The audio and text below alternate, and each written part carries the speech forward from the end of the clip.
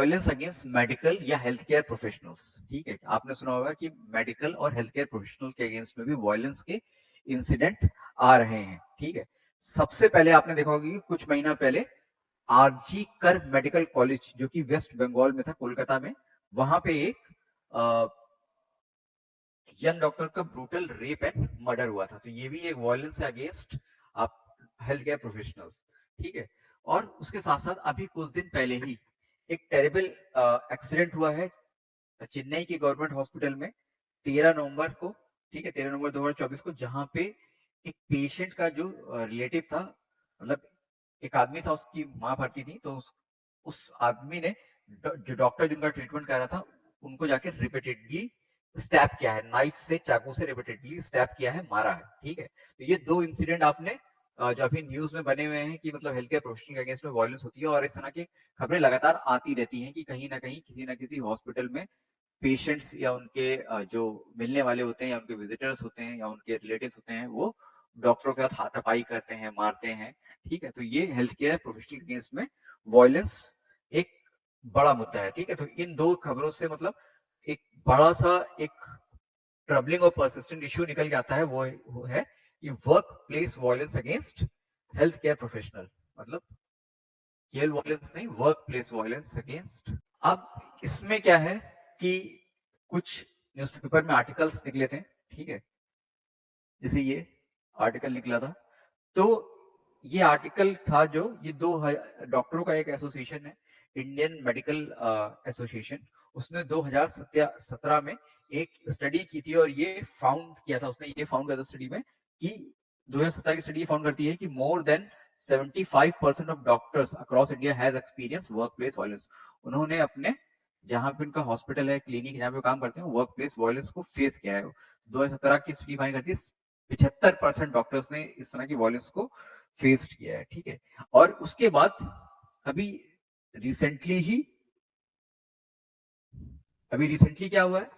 अभी रिसेंटली ही आईएमए ने अगस्त 2024 में, यही इसी आईएमए ने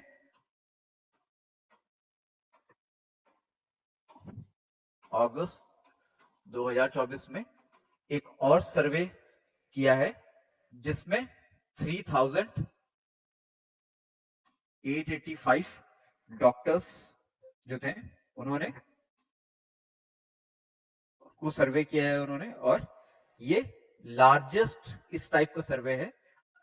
इन इंडिया। मतलब कि इसमें जो डॉक्टर्स थे उनसे रिलेटेड जो है वायलेंस हुई है उनके अगेंस्ट में, या फिर जिन्होंने वायलेंस एक्सपीरियंस किया है अगेंस्ट हेल्थ केयर प्रोफेशनल्स, उससे रिलेटेड सवाल पूछे, तो ये इस टाइप का लार्जेस्ट सर्वे है पूरे इंडिया में। ठीक है, और इसमें क्या कहते हैं, 60% जो थी वो इस सर्वे में 60% जो डॉक्टर्स थी या हेल्थ केयर प्रोफेशनल थे वो वुमेन थी, और उनमें से कईयों ने, many of them have faced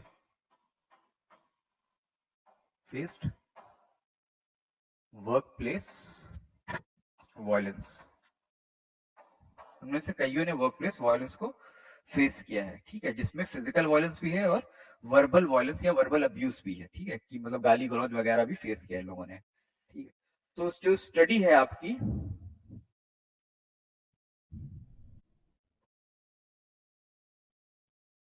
वो बहुत कुछ इसी स्टडी की हम लोग बात कर रहे हैं। ठीक है, आईएमए केरला ने सर्वे किया है, ठीक है, ऑफ 3885 डॉक्टर्स अक्रॉस इंडिया, और उसमें काफी चीजें हाईलाइट की गई हैं। ठीक है, तो स्टडी ने ये हाईलाइट किया है कि जो वायलेंस जो है वो इस वजह से होती है क्योंकि कई ढेर सारे मल्टीपल रिस्क फैक्टर्स जो है वो साथ में आ जाते हैं, और जिसकी वजह से वायलेंस जो है against health care professional hospitals में, क्लिनिक्स में फ्लैश करती है, वायलेंस फैसिलिटेट हो पाती है कि कुछ लोग वायलेंस कर सके डॉक्टर अगेंस्ट, जिसमें आपका कुछ इंपॉर्टेंट कारण है, जैसे ओवर क्राउडिंग, हॉस्पिटल्स में ओवर क्राउडिंग बहुत होती है, बहुत जरूरत से ज्यादा लोग वहां पे होते हैं, तो एक मरीज को से मिलने के लिए 10-10 लोग होते हैं पीछे, तो अगर उस मरीज को कुछ हो जाए तो उसके 10-10 20-20 तीमारदार पीछे खड़े होते हैं, तो डॉक्टरों के साथ मारपीट होती है। अंडर स्टाफिंग होती है हॉस्पिटल्स में, जितने doctors required number of doctors चाहिए होते हैं उतने नहीं होते हैं, तो ऑब्वियसली जब कम स्टाफ होएगा तो मरीज पे क्या कहते हैं देखने के लिए या फिर उसकी केयर करने के लिए भी कम ही स्टाफ लगेगा या कम टाइम लगेगा या फिर कम केयर मिल पाएगी, जिसकी वजह से कुछ ना कुछ मिस हैपनिंग्स हो सकती हैं, ठीक है। फिर डॉक्टरों की सुरक्षा के लिए सिक्योरिटी मेजर्स प्रॉपर नहीं है, ठीक है। और परसीव्ड और रियल इनएडिक्वेसी ऑफ केयर, मतलब कि जो पेशेंट है या फिर उसके रिलेटिव्स है, उनको या तो सही में ऐसा होता है कि इनको प्रॉपर केयर नहीं मिलती है, या फिर उनको ऐसा लगता है कि डॉक्टर हमारी पेशेंट की सही से केयर नहीं कर रहा है, ठीक है। फिर कम्युनिकेशन लैप्सेस की मतलब डॉक्टर और पेशेंट के रिलेटिव्स के बीच में कम्युनिकेशन गैप होता है, कम्युनिकेशन लैप्सेस होते हैं, ठीक है। और absence of genuine grievance redressal mechanism, दोनों ही पेशेंट्स के लिए भी और डॉक्टर्स के लिए भी, ठीक है। जब पेशेंट्स को क्या कहते हैं ग्रीवियंस रिड्यूसल मैकेनिज्म नहीं मिलता है तो वो हाथापाई पे उतर आते हैं, उनके रिलेटिव हाथापाई पे उतर आते हैं, वही सिमिलरली डॉक्टर्स के लिए भी है, ठीक है। और भी एक इस सर्वे ने एक और इंपॉर्टेंट फाइंडिंग को देखा है कि प्रेजेंस ऑफ हॉस्पिटल के एरियाज में, ठीक है, खासकर गवर्नमेंट हॉस्पिटल में कुछ ऐसे इंडिविजुअल्स का भी प्रेजेंस रहता है जो कि under the influence of alcohol या फिर ड्रग्स के इन्फ्लुएंस के अंडर में रहते हैं। मतलब ऐसे लोग जो कि अल्कोहल कंज्यूम करके, ड्रग्स कंज्यूम करके पाए गए जाते हैं हॉस्पिटल प्रीमिसेस में, घूमते टहलते मिलते हैं। तो ऐसे लोग ज्यादा प्रोन्स होते हैं वायलेंस करने के लिए, ठीक है। तो ये कुछ कारण थे, ठीक है, जैसे कि मैंने बताया ओवर क्राउडिंग, ठीक है, अंडर स्टाफिंग, रियल और perceived inadequacy of care, sparse बहुत कम सिक्योरिटी मेजर्स होते हैं,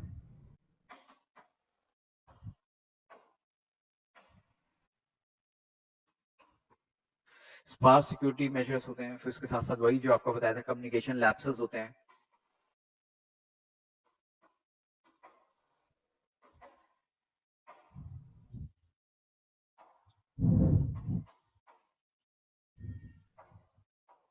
presence of individuals under the influence of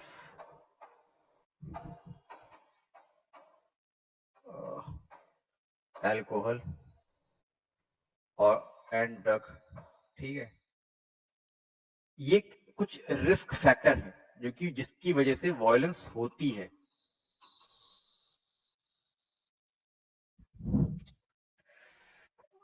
कुछ हॉस्पिटल्स में इनएक्सपीरियंस डॉक्टर भी पोस्ट कर दिए जाते हैं हाई रिस्क एरियाज में, जैसे कि कैजुअलिटी वार्ड हो गया, इमरजेंसी वार्ड हो गया, आईसीयू हो गया, नाइट शिफ्ट के दौरान, ठीक है, नाइट शिफ्ट के दौरान। और वहां पे कोई सीनियर नहीं रहता है, विदाउट एनी सीनियर बैकअप, ठीक है। जिसकी वजह से क्या होता है अगर कोई कैजुअलिटी हो गई या कुछ मिस हैपनिंग हो गई तो जूनियर डॉक्टर जो होता है वो संभाल नहीं पाता है, ठीक है। वो मतलब जैसे किसी पेशेंट की कुछ इमरजेंसी सिचुएशन एकदम से क्रिएट हो गई, ठीक है, कुछ ब्लीडिंग होने लगी या फिर कुछ और हुआ, तो जूनियर डॉक्टर्स के पास ना इतनी नॉलेज होती है ना इतना एक्सपीरियंस होता है कि उस सिचुएशन को हैंडल कर पाए। अल्टीमेटली क्या होता है कि जो पेशेंट होता है वो मर जाता है और फिर उसके रिलेटिव बदले में उस डॉक्टर को मारते हैं। तो अगर वहां पर कोई सीनियर डॉक्टर हो तो इस तरह की सिचुएशन ना क्रिएट हो, क्योंकि सीनियर डॉक्टर क्या कहते हैं उस डिटीरियोरेटिंग सिचुएशन को कंट्रोल कर सकते हैं। तो उसके अलावा एक चीज ये भी पाई गई है कि less than half of the doctors on night duty had access to duty rooms during night shift. मतलब जो डॉक्टर्स नाइट शिफ्ट करते हैं उनका एक अलग से ड्यूटी रूम होता है, ठीक है, जहां पे जो वार्ड होता है, जहाँ पे पेशेंट्स होते हैं, वो तो एक अलग चीज होता है, लेकिन वो एक ड्यूटी रूम होता है जहाँ पे वो बैठ सकते हैं, ठीक है। तो ऐसे लेस देन हाफ मतलब 50% से कम ऐसे डॉक्टर्स हैं जिनको नाइट ड्यूटी पे एसेस नहीं मिलता है ड्यूटी रूम का, ठीक है, या एसेस मिलता है ड्यूटी रूम का। और लेस देन हाफ ही ऐसे होते हैं, मतलब मोर देन हाफ जो डॉक्टर्स होंगे या मोर देन हाफ जो डॉक्टर्स नाइट शिफ्ट पे रहते हैं गवर्नमेंट हॉस्पिटल्स में खासकर, उनको ड्यूटी रूम का एक्सेस नहीं मिलता है। जब ड्यूटी रूम का एक्सेस नहीं मिलता है, ड्यूटी रूम क्या होता है यहाँ पे वो बैठ सके, अपना काम कर सके या रेस्ट कर सके, ठीक है। तो वो क्या करते हैं, वो फिर पेशेंट के जो वार्ड एरियाज रहते हैं वहीं पे ही उनको रहना पड़ता है। और अगर वहां पे कुछ हो जाए तो फिर वही फेस करते हैं एंग्री रिलेटिव्स को, पेशेंट के जो एंग्री रिलेटिव्स होते हैं या पेशेंट को खुद ही उनको फेस करना पड़ता है, ठीक है। और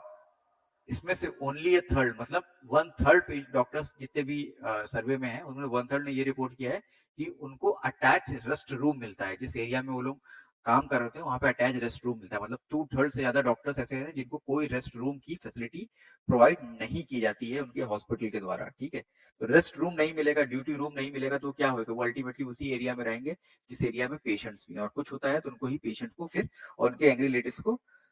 झेलना पड़ता है। ठीक है, ठीक है। और ये भी देखा गया है कि 53% ऑफ द ड्यूटी रूम्स जो होते हैं वो लोकेटेड होते हैं, बहुत दूर लोकेटेड होते हैं। ठीक है, लोकेटेड फार अवे, बहुत दूर लोकेटेड होते हैं, मतलब लगभग 100 मीटर से 1000 मीटर के बीच में। कहां से? उन आईसीयू से या फिर वार्ड रूम से। ठीक है, और 9% जो है हॉस्पिटल्स का जब सर्वे किया गया तो 9% ऑफ द ड्यूटी रूम्स जो है वो लोकेटेड होते हैं even more than 1000 meters away. तो जब डॉक्टर्स को इतनी दूर चल के जाना पड़े, ठीक है, राउंड वो लोग वार्ड का राउंड लगाने आए, और राउंड लगाने के बाद उनको वापस इतनी दूर चल के जाना पड़े, तो वो लोग डॉक्टर्स क्या सोचते हैं कि मतलब ठीक है राउंड लगा के यहीं कहीं बैठ जाते हैं, ड्यूटी रूम में कौन इतनी दूर वापस जाएगा। और खासकर लेडी डॉक्टर्स के लिए ये सबसे बड़ी प्रॉब्लम होती है, क्योंकि जब वार्ड रूम से निकलते हैं, जो वार्ड्स होते हैं, पेशेंट के वार्ड्स होते हैं, आईसीयू होता है, इमरजेंसी रूम्स होता है, जब वो वहां से निकल के ड्यूटी रूम के अपने तरफ जाते हैं तो उनको आइसोलेटेड कॉरिडोर्स, मतलब ऐसे कॉरिडोर जो कि खाली पड़े होते हैं, ठीक है, और पुअरली लिट्स एरिया से होकर गुजरना पड़ता है। ठीक है, तो वो मतलब उनके लिए वो अनसेफ होता है, क्योंकि वहां पे रात के टाइम में कोई जनता होती नहीं है, आइसोलेटेड होते हैं वो, और पुअरली लिट होते हैं, सीसीटीवी वगैरह नहीं लगे होते हैं, गवर्नमेंट हॉस्पिटल में लाइट सही से काम नहीं कर रही होती है। तो ये उनके लिए अनसेफ वर्क इन्वायरमेंट प्रोड्यूस करता है, जिसकी वजह से उनके अगेंस्ट में वायलेंस होती है। तो आरजी कर मेडिकल कॉलेज के जो हमने देखा उसमें ये देखा था कि वो जो डॉक्टर थी वो एक एम्प्टी ऑडिटोरियम में सो रही थी, ठीक है, काम करने के बाद, तो अपनी नाइट शिफ्ट के दौरान तो वहीं पे बैठी थी, रेस्ट ले रही थी, वहीं पे उसके साथ हादसा होता है। तो फिर ऐसे जो आइसोलेटेड एरियाज होते हैं, अगर डॉक्टर्स वहां पे बैठते हैं तो वो प्रोन हो जाते हैं ज्यादा वायलेंस फेस करने के लिए। और इमरजेंसी, और ये भी देखा गया कि जो इमरजेंसी रूम्स हैं, ठीक है, जो इमरजेंसी रूम्स हैं, आईसीयू हैं, ठीक है, ये रात के टाइम में पर्टिकुलरली रात के टाइम में काफी ड्रंक या फिर डिसरप्टिव इंडिविजुअल्स के द्वारा विजिट किए जाते हैं, क्योंकि कई पेशेंट्स के या फिर जो इनका कोई लेना देना नहीं है डॉक्टर से, कई ऐसे लोग भी आते हैं जो कि अल्कोहल कंज्यूम करके आते हैं, जिसकी वजह से क्या होता है कि वो फिर वहां पे जब डॉक्टर उनसे हटाते होंगे या बात करते होंगे तो वर्बल और फिजिकल ऑल्टरकेशन होती है। ठीक है, और डॉक्टर्स ये भी फाउंड आउट किया गया है सर्वे में कि डॉक्टर्स यूजुअली हेजिटेट करते हैं इन सारे इंसिडेंट्स को रिपोर्ट करने के लिए। अगर छोटी मोटी झड़प हो गई तो उसको हेजिटेट करते हैं रिपोर्ट करने के लिए, क्योंकि उनके ऊपर वर्कलोड बहुत ज्यादा होता है, एडमिनिस्ट्रेटिव प्रेशर होता है। ठीक है, और जिसकी वजह से जब डॉक्टर एक बार रिपोर्ट नहीं करेगा तो ये जो साइकिल है वायलेंस की कंटिन्यू रहेगी। एक बार हो गया हॉस्पिटल में, ठीक है, और मरीज को बदले में मरीज या उसके रिलेटिव जो है उनको कोई भी कॉन्सिक्वेंस नहीं फेस करना पड़ा, तो वो फिर करेंगे उसी डॉक्टर के साथ, या बाद में किसी और डॉक्टर के साथ, या फिर किसी और हॉस्पिटल में जाएंगे, तो वो हैबिट में बन जाता है उनकी, कि फिर वो डॉक्टर्स को कुछ समझते नहीं है, थोड़ी सी गड़बड़ी होने पे, थोड़ा सा उनको लगता है कि केयर कम मिल रही है या फिर डॉक्टर ज्यादा ध्यान नहीं दे रहा है, तो लड़ने पे उतारू जाते हैं, मारपीट पे उतारू जाते हैं, तो ये चीजें होती हैं। ठीक है, अब इस स्टडी ने कुछ करेक्टिव मेजर्स भी सुझाए हैं। ठीक है, कुछ करेक्टिव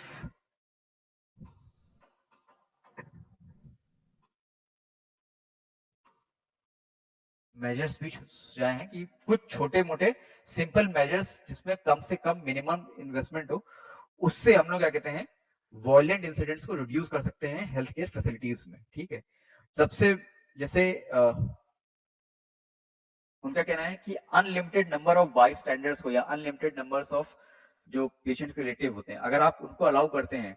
पेशेंट केयर एरियाज में जहां पे पेशेंट भर्ती हो, ठीक है, तो वो एक ऐसा एनवायरमेंट क्रिएट करता है जहां पे वर्बल या फिर फिजिकल ऑल्टरकेशन हो सकता है, या फिर वो ऐसा एनवायरमेंट क्रिएट करता है जो कि प्रोन टू कॉन्फ्लिक्ट होता है, कि वहां पे लड़ाइयां हो सकती हैं। ठीक है, तो सबसे पहली चीज ये है कि स्ट्रिक्ट विजिटर पॉलिसीज को लागू किया जाए, ठीक है, इन्फोर्स किया जाए, ताकि ग्रुप्स को या बहुत ढेर सारे लोगों को पेशेंट या पेशेंट एरियाज में, पेशेंट के चारों तरफ या पेशेंट एरियाज में कॉन्ग्रीगेट या असेंबल ना होने दिया जा सके, ठीक है। और जब वो असेंबल नहीं हो पाएंगे तो मेडिकल स्टाफ को, डॉक्टर्स को इंटिमिडेट या डरा भी नहीं कर पाएंगे, तो जिसकी वजह से वायलेंट इंसिडेंट कम होंगे। तो enforcing strict visitor पॉलिसी, ठीक है। और आईएमए जो है, मतलब इंडियन मेडिकल एसोसिएशन, वो एक और अपनी तरफ से काम कर रहा है कि वो डॉक्टर्स को कम्युनिकेशन ऑफ सॉफ्ट स्किल्स की ट्रेनिंग दे रहा है कि कैसे, क्या कहते हैं, अगर कोई बुरी खबर ब्रेक करनी है, किसी भी पेशेंट के रिलेटिव से कोई मर गया पेशेंट, तो उसके जो बुरी खबर है, दुखद खबर है, उसको ब्रेक करना है उसके रिलेटिव से, तो कैसे, क्या कहते हैं, उस बैड न्यूज को ब्रेक किया जाए। मतलब ये भी बहुत इंपॉर्टेंट है, क्योंकि अगर आपको ये नहीं आता है कैसे इस न्यूज को कैसे बताया जाए या कैसे पेशेंट्स के रिलेटिव उनको समझाया जाए, अगर आप खड़ा खड़ा बोल दोगे तो हो सकता है पेशेंट के रिलेटिव उस चीज को ना समझे और वो आप डॉक्टर्स को ही जिम्मेदार माने कि क्या कहते हैं कि इन्होंने ही कुछ ना कुछ गड़बड़ी करी है। तो ये भी एक सॉफ्ट स्किल्स होता है, कम्युनिकेशन स्किल होती है, ये डॉक्टर्स को आना चाहिए। इसके लिए आईएमए जो है वो ट्रेनिंग दे रही है डॉक्टर्स को, ताकि वो इस तरह की न्यूज को मतलब बता सके, पेशेंट्स के रिलेटिव्स को ब्रेक कर सके या पेशेंट को ब्रेक कर सके अगर कोई बैड न्यूज हो, ठीक है, ताकि उनका जो गुस्सा है उसको कंट्रोल किया जा सके, उनका जो फ्रस्ट्रेशन है उसको कंट्रोल किया जा सके और बातें वॉयलेंस तक ना जाए। अब यही सब चल रहा था, तो उसी के बीच में आपको मालूम होगा कि हम लोगों ने भी बात करी आरजी कर मेडिकल कॉलेज की, ठीक है, जहाँ पे 3 महीना पहले एक यंग डॉक्टर का ब्रूटल रेप एंड मर्डर हुआ था, ठीक है। तो अब उस केस को क्या हुआ था, उस केस में सुप्रीम कोर्ट उसने सियो मोटो उस रेप एंड मर्डर केस को सुनना शुरू किया, और उन्होंने, अब जब उनके सामने ये उन्होंने ये मुद्दा उठाया, तो एक ये बड़ा मुद्दा भी उनके सामने आ गया कि हेल्थ केयर प्रोफेशनल या मेडिकल प्रोफेशनल्स जो होते हैं वो वायलेंस फेस करते हैं अपने वर्क प्लेस में, ठीक है। तो उस वायलेंस को कैसे कंट्रोल किया जाए या फिर कैसे उसको प्रिवेंट किया जाए, इसके लिए उन्होंने एक नेशनल टास्क फोर्स बनाई, ठीक है। और जो, अब आपको मालूम है कि जब ये इंसिडेंट हुआ तो उसके बाद देश भर के डॉक्टर्स और खासकर कोलकाता में जो डॉक्टर्स हैं वो स्ट्राइक पे बैठे थे, और वो क्या कहते हैं, ये डिमांड कर रहे थे कि सेंट्रल गवर्नमेंट एक सेंट्रल लॉ लेके आए हेल्थ केयर प्रोफेशनल्स को वायलेंस से बचाने के लिए। तो उसी की पॉसिबिलिटी को, फिजिबिलिटी को स्टडी करने के लिए नेशनल टास्क फोर्स गठित करी थी सुप्रीम कोर्ट ने, और उसने ही अपनी रिपोर्ट सबमिट करी सुप्रीम कोर्ट में। और उन्होंने अपनी रिपोर्ट में ये सबमिट किया कि जो सेंट्रल लॉ की डिमांड कर रहे हैं हेल्थ केयर प्रोफेशनल, ऐसे सेंट्रल लॉ की जरूरत नहीं है, ठीक है। मतलब ऐसे सेंट्रल लॉ की जरूरत नहीं है, कोई स्पेशल लॉ की जरूरत नहीं है हेल्थ केयर प्रोफेशनल्स को वायलेंस से बचाने के लिए, ठीक है। तो उसके लिए उन्होंने ये बोला कि बहुत ढेर सारे स्टेट्स ऐसे हैं, लगभग 24 स्टेट्स ऐसे हैं, ठीक है, 24 स्टेट्स ऐसे हैं जो कि यहाँ पे ऑलरेडी लॉ है, यहाँ पे ऑलरेडी लॉ है, which have already enacted such laws, ठीक है, जहाँ पे जो इस तरह के लॉज ऑलरेडी इनेक्ट किए हैं जो वायलेंस को रोकते हैं, वायलेंस प्रिवेंट करते हैं अगेंस्ट हेल्थ केयर प्रोफेशनल्स। तो उनको का ये कहना था कि डे टू डे अगर कोई माइनर ऑफेंस हो रहा है अगेंस्ट डॉक्टर या हेल्थ केयर प्रोफेशनल्स, उससे रोकने के लिए इस कई 24 स्टेट्स में, कई स्टेट में इस तरह के लॉज हैं। जिस 2 स्टेट्स ऐसे हैं जो कि प्रोसेस में है इस तरह के लॉ लाने के लिए। तो मोस्ट ऑफ द स्टेट में माइनर ऑफेंस अगर डॉक्टर्स के अगेंस्ट में, हेल्थ केयर प्रोफेशनल के अगेंस्ट में होता है, तो माइनर के लिए जो इस तरह के लॉज बने हैं जिसमें एडिक्वेट प्रोविजंस हैं, ठीक है। अगर सीरियस ऑफेंस किसी डॉक्टर के अगेंस्ट में होता है, हेल्थ केयर प्रोफेशनल के अगेंस्ट में होता है, तो उससे निपटने के लिए जो भी नई नई भारतीय न्याय संहिता बीएनएस लागू की गई है, उससे उनको एड्रेस किया जा सकता है अगर कोई सीरियस ऑफेंस होता है, ठीक है, जैसे कोई मार रहा है, मर्डर हो रहा है, रेप हो रहा है, ठीक है, या फिर सीरियस वायलेंस हो रहा है, ठीक है। तो लेकिन क्या कहते हैं, डॉक्टर्स और डॉक्टर्स की बॉडीज, आईएमए वगैरह एक इस तरह के सेंट्रल लॉ की डिमांड कर रहे हैं कि जो कि डिटरेंट प्रोड्यूस करे, ठीक है। डिटरेंट का मतलब जो कि लॉ ही में इतना दम हो ताकि कोई भी डॉक्टर्स के अगेंस्ट में वायलेंस करने से डरे, ठीक है। अब हम लोग करेक्टिव मेजर्स की बात कर रहे थे, तो इस नेशनल टास्क फोर्स ने कई, इन्होंने बोला कि लॉ की जरूरत नहीं है, लेकिन नेशनल टास्क फोर्स ने कई रिकमेंडेशंस सजेस्ट किए हैं अपनी तरफ से ताकि वायलेंस को प्रिवेंट किया जा सके अगेंस्ट डॉक्टर। तो इनकी कुछ ना कुछ रिकमेंडेशन है, वो हम लोग देख लेते हैं क्योंकि एग्जाम के पर्पस से, ठीक है, अगर इस तरह क्वेश्चन आता है कि सजेस्ट प्लान इज सजेस्ट मतलब सजेस्ट या recommend some steps to prevent violence against health care professionals, तो ऑब्वियसली आप अपनी तरफ से तो कुछ लिख सकते हो, लेकिन इस नेशनल टास्क फोर्स की जो रिकमेंडेशन है आप उसको लिख सकते हो, एज इट इज लिख सकते हो, ठीक है, ताकि मतलब उससे अच्छे खासे मार्क्स आपको मिल सकते हैं। तो नेशनल टास्क फोर्स ने रिकमेंडेशन की है, ये आपके एग्जाम के पर्सपेक्टिव से इंपॉर्टेंट है, ये सारी जो रिकमेंडेशंस है, ठीक है। इन्होंने बोला है कि ट्रेंड सिक्योरिटी पर्सनल्स का डिप्लॉयमेंट होना चाहिए हॉस्पिटल में, मतलब कि सिक्योरिटी पर्सनल आप लगाओ हॉस्पिटल्स में, ठीक है। तो अगर कोई वायलेंस कर रहा है या करना चाह रहा है तो सिक्योरिटी पर्सन को रोक सके, ठीक है। Deployment of trained security personals in hospital, ठीक है। फिर उन्होंने बोला है कि लोकल पुलिस के साथ कोऑर्डिनेशन बेटर होना चाहिए हॉस्पिटल्स का, कि आप तुरंत फोन करो और लोकल पुलिस, ऐसा कोई इंसिडेंट हो रहा है तो तुरंत की तुरंत आ जाए। कोऑर्डिनेशन बेटर होना चाहिए विद लोकल पुलिस का। जो डॉक्टर, अब कई जगह क्या होता है कि जो कंपाउंड होता है जहाँ पे ये लोकेटेड होता है हॉस्पिटल, ठीक है, वहां पे लोगों को एंट्री बहुत या एसेस बहुत आसानी से मिलता है, बहुत आसानी से कोई भी आ जा सकता है, ठीक है। तो ऐसा नहीं होना चाहिए, एसेस रिस्ट्रिक्टेड होना चाहिए। हॉस्पिटल में सबसे बड़ी चीज देखी उन्होंने, कई डॉक्टर कई हॉस्पिटल का सर्वे किया तो देखा कि उन्होंने कि जो बाउंड्री वॉल्स है, ठीक है, वो इतनी है कि अगर किसी को लड़ाई झगड़ा करना है, आप बंद भी कर दो गेट तो उसको फांद के आ जाते हैं। तो प्रीमिसेस, जो हॉस्पिटल प्रीमिसेस की वॉल्स हैं वो हाई हाई होनी चाहिए, उनकी हाइट इतनी होनी चाहिए कि कोई उसको फांद के आ ना सके लड़ाई झगड़ा करने।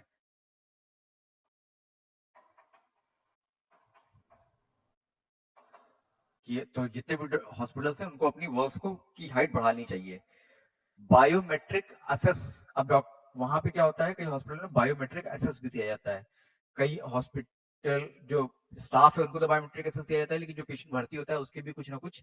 रिलेटिव्स को, एक दो रिलेटिव्स को, जो जिनको हम लोग अटेंडेंट्स बोलते हैं, उनको भी बायोमेट्रिक असेस दिया जाता है। तो बायोमेट्रिक असेस हर आदमी का नहीं होना चाहिए, कि कोई भी आदमी आ जा ना सके, उसके लिए बायोमेट्रिक असेस सिस्टम होना चाहिए। और बायोमेट्रिक असेस जो मिल रहा है, जो आप दिखाते हो अंगूठा और क्या कहते हैं, फिर जा सकते हो, ठीक है, तभी गेट खुलता है। तो वो बायोमेट्रिक एसेस जो है वो लिमिटेड होना चाहिए। स्टाफ का तो होगा ही होगा, लेकिन स्टाफ के अलावा बाकी लोगों का कम से कम होना चाहिए, कि मतलब हर आदमी नहीं, स्टाफ का भी हर कोई जानने वाला अंदर ना जा सके, ठीक है, जो हॉस्पिटल में काम ना करता हो। फिर उन्होंने बोला कि नाइट शिफ्ट का सेफ्टी प्रोटोकॉल्स होने चाहिए, कि नाइट शिफ्ट पे जो डॉक्टर्स लगाए जा रहे हैं उनके लिए कुछ सेफ्टी प्रोटोकॉल्स होने चाहिए, कि रात में वो उनको क्या क्या अलाउ है, या फिर उनको क्या क्या एक्टिविटी कर सकते हैं, या फिर क्या क्या एक्टिविटी नहीं कर सकते हैं, या फिर रात में कौन कौन आ सकता है, कौन कौन नहीं आ सकता है, कौन कौन से दरवाजे बंद रहेंगे, कौन कौन सी खिड़की बंद रहेगी, पेशेंट या पेशेंट रिलेटिव किस एरियाज में जा सकते हैं, किस एरियाज में नहीं जा सकते हैं, ठीक है। और मेडिकल स्टाफ के लिए ट्रांसपोर्टेशन फैसिलिटी होनी चाहिए।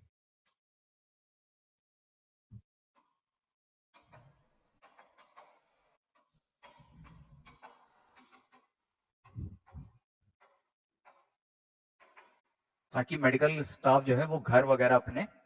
या अपने हॉस्टल्स में अकेले ना जाए, ठीक है, उनके लिए ट्रांसपोर्टेशन फैसिलिटीज होनी चाहिए।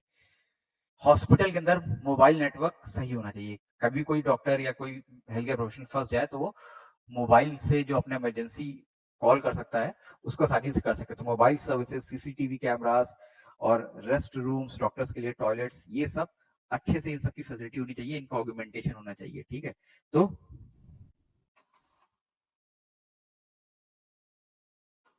ऑगमेंटेशन ऑफ मोबाइल नेटवर्क्स होना चाहिए विद इन हॉस्पिटल्स। सीसीटीवीज होने की, ज्यादा से ज्यादा सीसीटीवीज लगाओ। रेस्ट रूम्स होने चाहिए डॉक्टर्स के लिए, और even toilets for male and females के लिए अलग अलग, और क्या कहते हैं, टॉयलेट्स की भी फैसिलिटीज होनी चाहिए, ठीक है। इंटरनल कंप्लेंट कमिटी, ठीक है, अगर, और ये हम लोग का जो sexual harassment at work place act है उसके अंदर लिखा हुआ है कि एक इंटरनल कंप्लेंट कमेटी होनी चाहिए हॉस्पिटल्स, मतलब हर कमर्शियल इंटरप्राइज के, तो हॉस्पिटल भी इसी टाइप का एक इंटरप्राइज है। तो हॉस्पिटल के अंदर भी जो सेक्सुअल हैरेसमेंट रोकने के लिए एक इंटरनल कंप्लेंट कमेटी होनी चाहिए, जो कि कई हॉस्पिटल्स में नहीं बनी है आज की डेट में। तो इंटरनल कंप्लेंट्स कमेटी होनी चाहिए, या फिर against sexual harassment.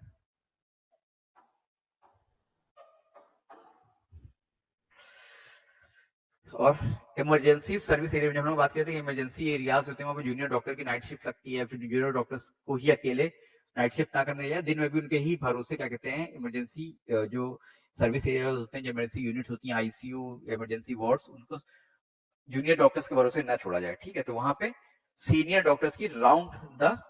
Clock presence होनी चाहिए, हमेशा वो प्रेजेंट होने चाहिए, राउंड द क्लॉक